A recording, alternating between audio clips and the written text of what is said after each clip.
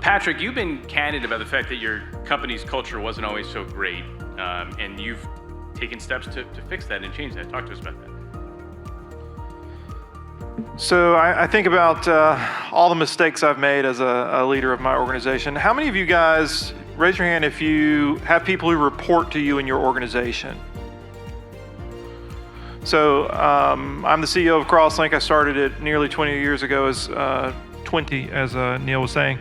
And man, the mistakes I've made along the way. I'm an engineer. I'm not naturally a leader of people. I work with things. I understand things. You all are a mystery.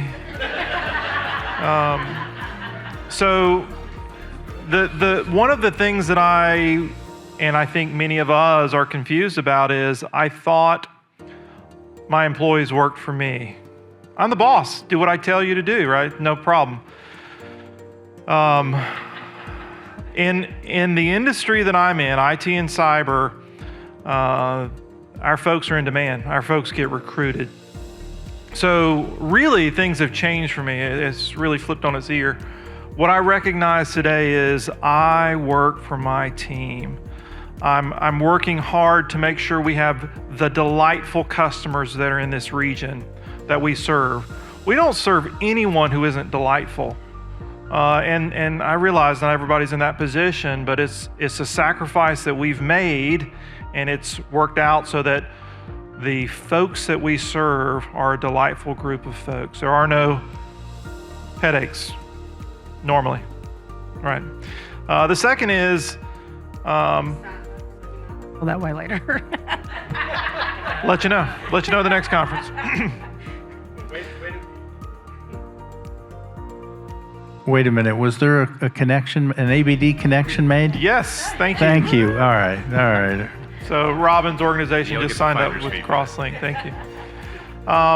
The other thing that has really helped shape the culture at CrossLink over the last few years, I mean, it's been growing, but I work for my employees. That's a giant mindset shift. The second is, just a few years ago, another business leader in town asked me, well, what's your USP? What makes you different? What's your unique selling proposition? That's what USP is. Why CrossLink?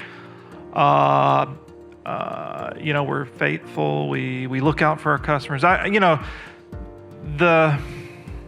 That elevator pitch, I was totally unprepared for.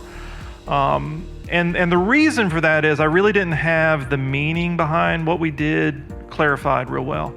I spent pretty much all of January 2020 thinking through the deep meaning behind what we do. Now I look at things through a different lens than a lot of people. Everything I do is faith-based. I recognize that, and this is where that meaning comes in, and it's become part of our culture.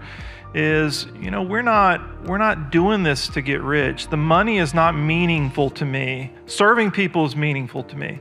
Recognizing that I'm gifted at what I do, and I'm not gifted because I did something. I'm gifted because I'm gifted, right?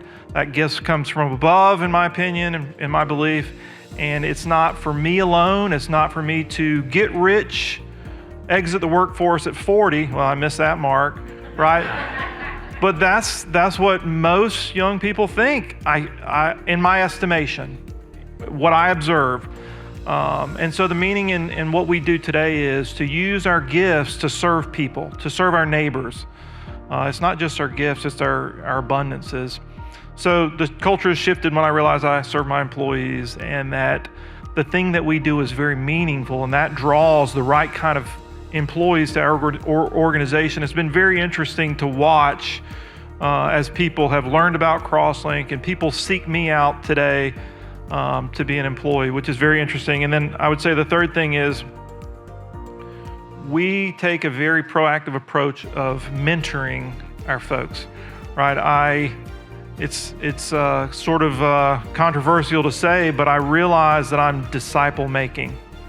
Like I have to, as the CEO of my organization, I have to have put myself together well enough to be able to say to young men and women, follow me and do as I do. I'm following someone else, right? I'm following the Lord, trying to. But when we serve people, it really is a mission, and that's meaningful. And I'm trying to teach people and mentor them to do the same.